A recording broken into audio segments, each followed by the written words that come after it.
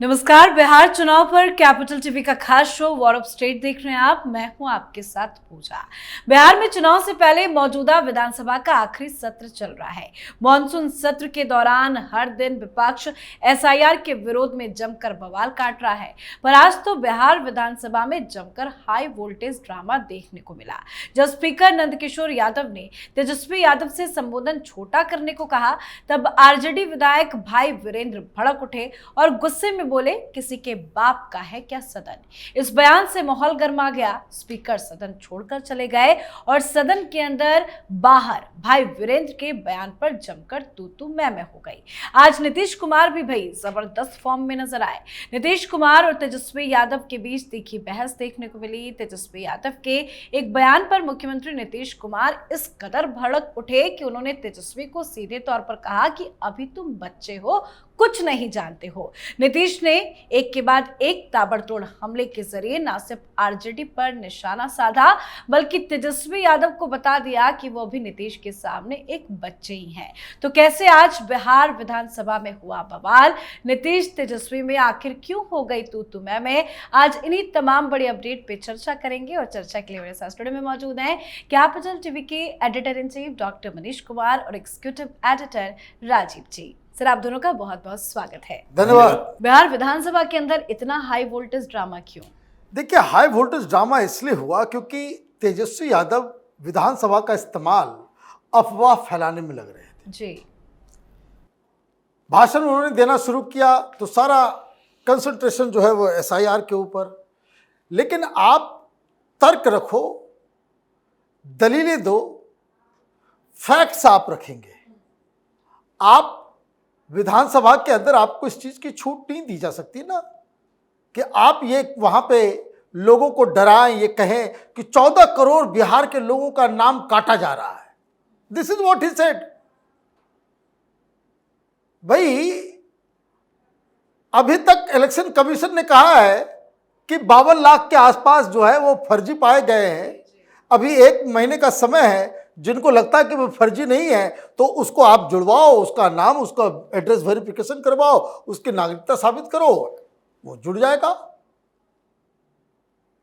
Election commission कोई नाम काटने के लिए ये नहीं कर रहा।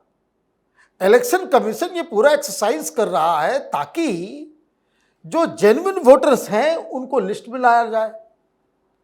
तो पहले आपने 14 करोड़ कह दिया, फिर उसके बाद 4.5 करोड़, 3 सेंटेंस के बीच में फिर आपने कह दिया 4.5 करोड़ लोगों का काटा जा रहा है। इतनी बड़ी बात हो रही है, आप लोग जो है। तो जब आप ये काम करेंगे तो डिप्टी सीएम जो है उठे, उन्होंने कहा कि भाई आप ये अफवाह फैलाना बंद कीजिए। जब उनको टोका गया तो बवाल मचा। तो स्पीकर साहब लगातार बोल रहे थे कि भाई हमने आपके रिक्वेस्ट पे इस मुद्दे पे हम डिस्कशन करना हम एग्री किए हैं।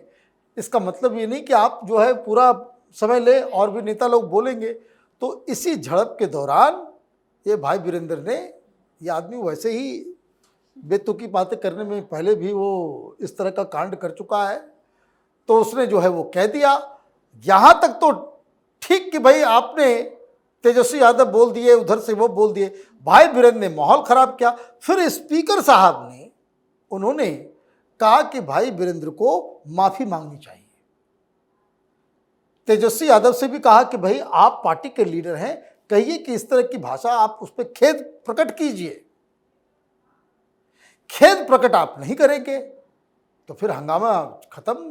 पूरी दुनिया ने देखा कैसे सब लोग जो है स्पीकर साहब उठ के चले गए। बिल्कुल, लेकिन इस तरह की अमर्यादित भाषा का इस्तेमाल करना और धक्का मुक्की हो जाती है, नारेबाजी, हर दिन कुछ ना कुछ हो रहा है। अब तो स्पीकर को भी एक्शन लेना चाहिए। देखिए, एक्शन तो लिया जाएगा, एक्शन तो नीतीश कुमार भी लेंगे जिस तरीके का बिहेवियर ये लोग करता है। लेकिन मर्यादा की जहाँ तक बात है, अभी विपक्ष में बैठे हुए जितने लीडर ऑफ अपोजिशन हैं, विपक्ष पार्टी के नेता हैं, उनके दिमाग में मर्यादा का कोई और परिभाषा है। मर्यादा का मतलब इन लोगों का सदन के अंदर जाओ और उसके बाद हल्ला हंगामा करो, अपने एजेंडे को सेट करो और फिर फर्जी सबूत, कागजात और फर्जी आंकड़े वहां पेश करो। जैसे leader of opposition Rahul Gandhi हैं, संसद में वही काम करते हैं। लेकिन चूंकि ये कांग्रेस पार्टी के नेता हैं तो थोड़ा सा तेजस्वी यादव से ज्यादा सभ्य हैं, और तेजस्वी यादव लालू प्रसाद यादव के परिवार का, इनको तो सभ्यता सिखाई नहीं गई है। इनके पूरे का पूरा परिवार ही असभ्य है, असभ्य भाषा का उपयोग करता है। तो तेजस्वी यादव को तो लगता है कि जैसे लालू प्रसाद यादव ने राजनीति की थी, जैसे उन्होंने सारी मर्यादाएं तोड़ दी, एक तरह से राजनीति का जोकर बनके बिहार की सत्ता पर कब्जा करके बैठे रहे, उसी तरह का काम करेंगे तो फिर हमारा भी लालू प्रसाद यादव के उत्तराधिकारी में नाम आएगा। इसीलिए वो इस तरह की भाषा का इस्तेमाल भी करते हैं, और सदन के अंदर जो आंकड़े वो बता रहे हैं, जिस तरीके की बात उन्होंने की, उसके खिलाफ तो एक्शन लेना चाहिए। क्योंकि सदन में आप या तो किसी रिपोर्ट का जो कि फैक्चुअली करेक्ट हो उसका इस्तेमाल कर सकते हैं, आप किसी रिनोन्ड मीडिया हाउस के अखबार के कटिंग ला सकते हैं। ये अपने आप से आप कोई गलत आंकड़े नहीं बता सकते, वो भी एक संवैधानिक संस्थान के खिलाफ। यहां पर क्या है, चुनाव आयोग की बात, और चुनाव आयोग की बात करते हुए आपने क्या बोला, 14 करोड़ की बात, मतलब 13 करोड़ से ज्यादा कुछ जनसंख्या है बिहार की, और पूरी जनसंख्या वोटर लिस्ट में शामिल है, और सारे के सारे लोगों का वोटर लिस्ट से नाम हटाया जा रहा है। जबकि वहां पर 7.89 करोड़ यानी लगभग 8 करोड़ की बात करें वोटर ही है, और आप कह रहे हैं पहले 14 करोड़ और फिर 4.5 करोड़। 4.5 करोड़ मतलब आधा से ज्यादा जो वोटर लिस्ट में नाम था वो सारा गायब हो गया। जबकि सारे आंकड़े आपके सामने हैं, आपके डिस्ट्रिक्ट यूनिट को भी सौंप दिया गया है, फिर भी ये भ्रम पैदा करना जिस तरह से सीए में करता था, एनआरसी में करता था, इसका मतलब है कि तेजस्वी यादव ने जितने मुद्दे उठाए अब तक, उनको लगता है, या कांग्रेस महागठबंधन के सारे नेताओं को, कि हमने जितने मुद्दे उठाए बेरोजगारी का, वो वहां सक्सेस नहीं हो पाया, क्योंकि नीतीश कुमार की सरकारों में रोजगार मिले हैं, चाहे कॉन्ट्रैक्ट पर ही सरकारी नौकरियां क्यों न मिली हो। उसके बाद आपने लॉ एंड ऑर्डर की बात कही, लेकिन वहां पर जो क्राइम हो रहा है, अलग अलग क्षेत्रों में घटनाएं घट रही है, लेकिन उसमें भी ऑर्गेनाइज्ड क्राइम कहीं नहीं है, जिस तरीके से लालू यादव के समय में हुआ करता था कि हर एक जिले में कहीं सम्राट अशोक, कहीं सूरजभान सिंह, कहीं सुरेंद्र यादव, कहीं ये शहाबुद्दीन, हर जगह पर एक बाहुबली हुआ करता था, क्रिमिनल हुआ करता था, और वो पूरे जिले को कंट्रोल करता था, और फिर इंटर डिस्ट्रिक्ट जो इन लोगों का रैकेट था, वो 3-4 जिलों में एक दूसरे के साथ मिली भगत करके ये कंट्रोल किया करते थे, वो लोगों को पता है। तो ये छोटी मोटी घटनाओं से कुछ मर्डर हो जाते, कुछ अपराध हो जाते हैं, उससे लॉ एंड ऑर्डर के सिचुएशन खराब है, इसके बारे में नहीं कहा जा सकता। इसलिए नीतीश कुमार ने कहा, जब तुम्हारे मम्मी पापा जो थे सीएम, तो उस समय तुम बच्चे थे और उस समय की स्थितियों को तुम जानते नहीं हो, तो अभी जाके अपने मामा से, मम्मी से, पापा से, उन लोगों से बात कर लो कि आपके समय में क्या हुआ करता था। इसलिए वो याद दिला रहे हैं कि राजद के समय में जो हुआ है और अब जैसी स्थितियां हैं, उनमें तुलना करके लोग ये समझ लें कि भारतीय जनता पार्टी और जदयू की सरकार चाहिए या फिर जंगल राज वाले राजद की सरकार चाहिए। और वो जिस अंदाज में याद दिलाते हैं, जिस तरह से टोकते हैं तेजस्वी को, और एक तरफ तेजस्वी सपना देखते हैं कि वो मुख्यमंत्री बनेंगे बिहार की, तो उनके लिए बहुत बड़ा झटका और उनकी बेइज्जती भी है। देखिए, मुझे तो उन तमाम लोगों के ऊपर हंसी आ रही है जो तेजस्वी यादव के उस नैरेटिव को कि नीतीश कुमार की याददाश्त चली गई है, नीतीश कुमार जो है सेंसलेस हो गए हैं, नीतीश कुमार को तबीयत ठीक नहीं है। आज मैंने उनका पूरा भाषण सुना, जिस कायदे से उन्होंने न सिर्फ बच्चा कहा, बच्चा साबित कर दिया। चर्चा क्या हो रही थी? एसआईआर की। ये कोलाहल मचा, बवाल मचा, वो उठ गए। तो बिहार में इतनी सभ्यता है कि मुख्यमंत्री खड़े हो जाते हैं, सब लोग बैठ जाते हैं। ये राहुल गांधी की तरह नहीं वहाँ पे कि प्रधानमंत्री बोल रहे हैं तो हल्ला कर रहे हैं ये लोग, तो वहाँ सारे लोग बैठ गए। नीतीश कुमार ने आज कमाल कर दिया। उन्होंने कहा कि क्यों ये सब बात करने के लिए आए हो, अब तो चुनाव में जा रहे हैं हम लोग, हर पार्टी का नेता अपना कुछ कुछ बोलो, 3 दिन और चलना है, फिर तो चुनाव, फिर जनता तय करेगी। तो आप उल्टी पुल्टी चीजों को लेकर के आ गए। उसके बाद देखिए उन्होंने क्या कहा, राजीव ने बताया कि क्राइम की बात तो है, लेकिन इससे ज्यादा इंपॉर्टेंट मामले को घुमा दिया, और इसके लिए बड़ा शार्प माइंड चाहिए। ये जो लोग कह रहे हैं ना भाई नीतीश कुमार ये हो गए, उन्होंने कहा कि भाई तुमको क्या मालूम है, महिलाओं के लिए तुम लोगों ने आज तक कुछ किया है? महिला कार्ड खेल गए।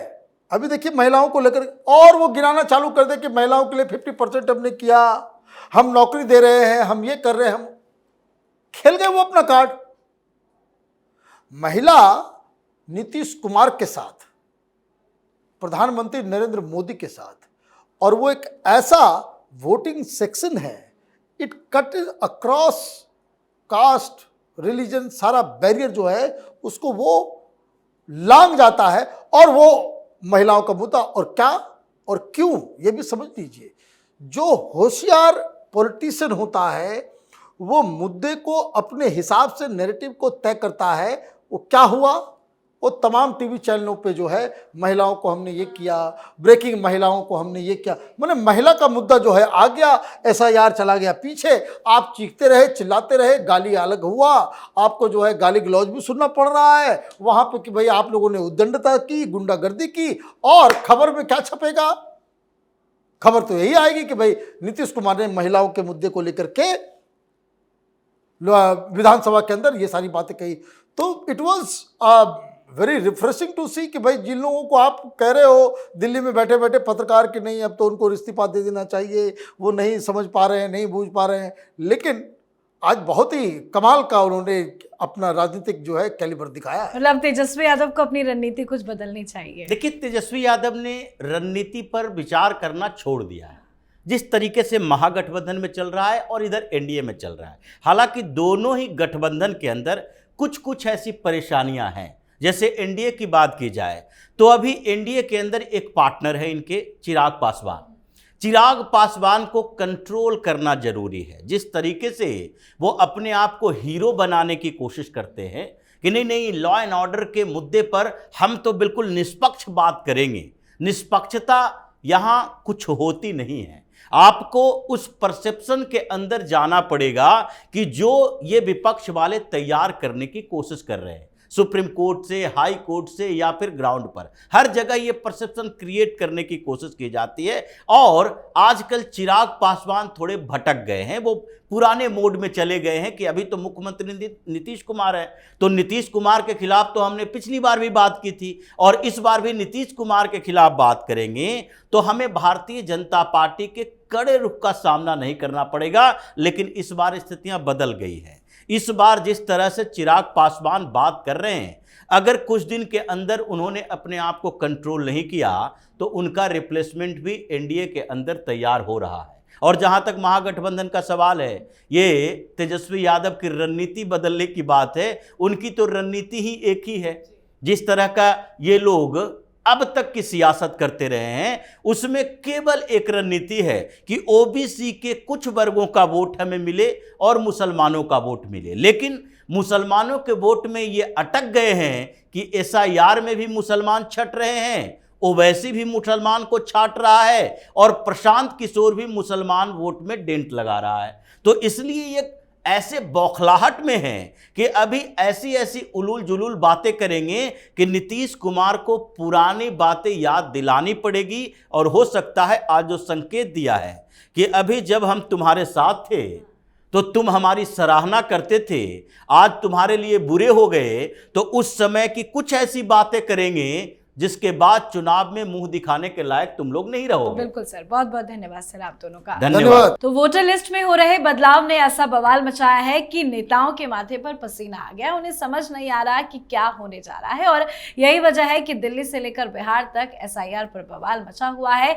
चुनाव से पहले ये बहुत बड़ा मुद्दा बन चुका है, जिससे तेजस्वी, राहुल गांधी काफी ज्यादा परेशान है, तो वहीं नीतीश कुमार तेजस्वी की और मुसीबत बढ़ाते जा रहे हैं। तो आपकी क्या कुछ राय है, कमेंट करके लिखिएगा। देखते रहिए कैपिटल टीवी। नमस्कार।